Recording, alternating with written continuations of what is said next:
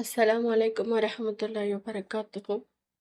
புனிதமிக்க ரமலான் மாதத்திற்கு பிறகு நோன்பு நோற்பதற்கு மிகச்சிறந்த மாதமாக முஹர்ரம் மாதத்தை நபிகள் நாயகம் ஸல்லல்லாஹு அலைஹி வஸல்லம் அவர்கள் குறிப்பிட்டுள்ளார்கள். இந்த முஹர்ரம் மாதத்தின் மிக முக்கியமான மகத்தான ஒரு நாள் தான் ஆஷுரா தினம். ஆஷுரா நோன்பு வைக்க வேண்டும் என்று ஆசைப்படும் நாம் அதை வைப்பதற்கு முன்னால் தெரிந்து கொள்ள வேண்டிய மிக முக்கியமான சில விஷயங்கள் மற்றும் இந்த முஹர்ரம் மாதத்தில் நாம் ஓத வேண்டிய ஒரு முக்கிய துவா என்னவென்று உங்களுக்கு தெரியுமா? இன்றைய பதிவுல ஆசுரா நோன்பின் பின்னணியில் உள்ள மாபெரும் வரலாறு மற்றும் நன்மைகளை பற்றி மிக எளிமையாக பார்க்க போறோம். கடைசி வரை பாருங்க, ஸ்கிப் பண்ணாம. முதலாவதாக ஆசுரா என்றால் என்ன என்பதை பார்ப்போம். அரபு மொழியில் அசரா என்றால் 10 என்று பொருள். முஹர்ரம் மாதத்தின் 10வது நாளைத்தான் நாம் ஆஷுரா தினம் என்று அழைக்கிறோம். இந்த நாளுக்கு பின்னால் ஒரு மாபெரும் வரலாறு இருக்கிறது. கொடிய அரசன் பிர்அவுனிடமிருந்து மூசா அவர்களையும் அவர்களது மக்களையும் அல்லாஹ் கடலை பிளந்து காப்பாற்றிய நாள்தான் இந்த ஆசுரா நாள். அதே கடலில் பிர்அவுனும் அவனது படைகளும் மூழ்கடிக்கப்பட்டனர். இதற்கு நன்றி செலுத்தும் விதமாக மூசா அவர்கள் இந்நாளில் நோன்பு நோற்றார்கள். நபிகள் நாயகம் அவர்கள் மதீனாவுக்கு வந்தபோது யூதர்கள் இந்த நாளில் நோன்பு நோற்பதைக் கண்டு மூசா நபிக்கு நெருக்கமானவர்கள் நாங்களே என்று கூறி தாமும் நோன்பு நோற்று தன் தோழர்களுக்கும் நோன்பு நோக்குமாறு கட்டளையிட்டார்கள். இரண்டாவதாக, நாம் ஏன் இந்த நோன்பை வைக்க வேண்டும்? இதனால் நமக்கு கிடைக்கும் நன்மை என்ன? சஹீஹ் முஸ்லிமில் பதிவாகியுள்ள ஒரு அற்புதமான ஹதீஸில் நபிகள் நாயகம் அவர்களிடம் ஆஷுரா நோன்பை பற்றி கேட்டபோது, அது கடந்த ஓராண்டின் பாவங்களுக்கு பரிகாரமாகும் என நான் அல்லாஹ்விடம் எதிர்பார்க்கிறேன் என்று கூறினார்கள். சுபஹான் அல்லாஹ்.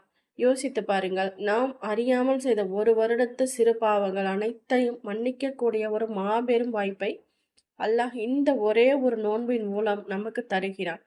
இந்த மகத்தான வாய்ப்பை நாம் எந்த காரணத்தை கொண்டும் தவறவிடக்கூடாது. மூன்றாவதாக, இந்த நோன்பை எப்படி வைக்க வேண்டும்? நம்மில் பலர் முஹர்ரம் 10ஆம் நாள் மட்டும்தான் நோன்பு நோக்க வேண்டும் என்று நினைக்கிறார்கள். ஆனால் நபிகள் நாயகம் அவர்கள் யூதர்கள் முஹர்ரம் 10இல் மட்டும் நோன்பு நோற்பதால் அவர்களுக்கு மாறு செய்யும் விதமாக அடுத்த ஆண்டு நான் உயிரோடு இருந்தால் 9வது நாளும் சேர்த்து நோன்பு நோற்பேன் என்று கூறினார்கள். எனவே சுன்னத்தான மிகச்சிறந்த வழிமுறை என்னவென்றால் முஹர்ரம் 9 மற்றும் முஹர்ரம் 10 ஆகிய 2 நாட்களுக்கு சேர்த்து நோன்பு நோற்பதுதான். ஒருவேளை 9ஆம் நாள் நோன்பு வைக்க முடியாதவர்கள் முஹர்ரம் 10 மற்றும் 11 ஆகிய 2 நாட்களை நோன்பு வைக்கலாம். நான்காவதாக, இந்த முஹர்ரம் மாதத்தில் குறிப்பாக இந்த ஆஷுரா நாளில் நாம் அதிக ஓத வேண்டிய முக்கியமான ஒரு துவா இருக்கிறது.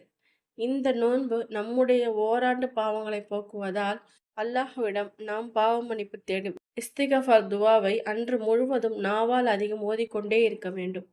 நீங்கள் ஓத வேண்டிய அந்த துவா இதுதான். அஸ்தஃபிருல்லாஹல் அலீம் அல்லதி லா இலாஹா இல்லா ஹுவல் ஹய்யுல் கய்யும் வ அதூபு இலைஹ். இதன் பொருள், உயிரோடு இருப்பவனும் என்றென்றும் நிலைத்திருப்பவனும் ஆகிய அந்த அல்லாஹுவிடம் நான் பாவ மன்னிப்பு தேடி அவன் பக்கமே மீளுகிறேன்.